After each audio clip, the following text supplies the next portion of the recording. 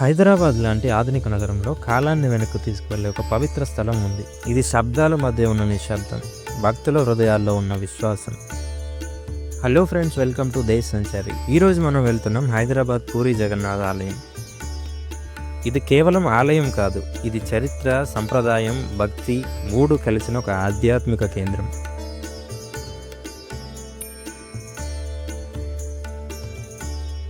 పూరి జగన్నాథుని దర్శనం అంటే ఒడిశాలోని పూరికి వెళ్ళాలి అన్న భావన ఉండేది.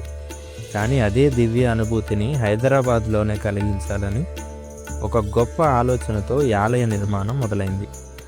ఈ ఆలయాన్ని ఒడిశా కమ్యూనిటీ మరియు పూరి జగన్నాథ్ టెంపుల్ ట్రస్ట్ భక్తితో నిర్మించారు. హైదరాబాద్లో నివసిస్తున్న ఒడిశా భక్తులకు మాత్రమే కాదు, అన్ని రాష్ట్రాల భక్తులకు జగన్నాథుని కృప చేరాలన్నదే ఈ ఆలయ నిర్మాణ లక్ష్యం. ఈ ఆలయ నిర్మాణాన్ని గమనిస్తే ఇది పూర్తిగా ఒడిశా కళింగ శైలి, కళింగ ఆర్కిటెక్చర్లో నిర్మించబడింది.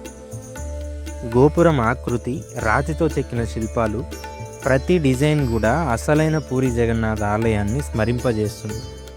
ఇది ఆధునిక నిర్మాణమైన దీనిలో కనిపించే ఆత్మ పురాతన సాంప్రదాయమే. ఈ ఆలయంలో ప్రధానంగా శ్రీ జగన్నాథుడు, బలభద్రుడు, సుభద్రాదేవి విరాజిల్లుతున్నారు. జగన్నాథుడు అంటే ప్రపంచానికి నాథుడు, సమస్త సృష్టికి అధిపతి.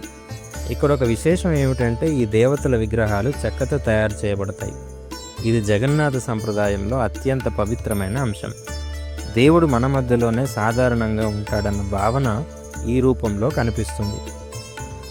జగన్నాథుని దర్శనం చేస్తే మన అహంకారం తగ్గి భక్తి పెరుగుతుందని భక్తుల నమ్మకం. ఈ ఆలయంలో కాసేపు నిలబడితే మనసు నెమ్మదిస్తుంది, ఆలోచనలు తగ్గుతాయి. ఇది భయంతో చేసే భక్తి కాదు, ఇది ప్రేమతో చేసే భక్తి.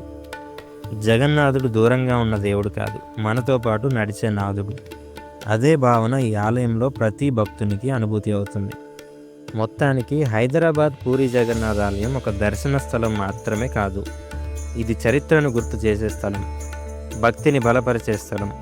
మీరు హైదరాబాద్లో ఉంటే ఒక్కసారైనా ఈ దివ్య స్థలాన్ని దర్శించండి. మీ అనుభవాన్ని కామెంట్స్లో పంచుకోండి. ఇంకా ఇలాంటి మరెన్నో వ్లాగ్స్ కోసం దేశ్ సంచారిని సబ్స్క్రైబ్ చేయండి.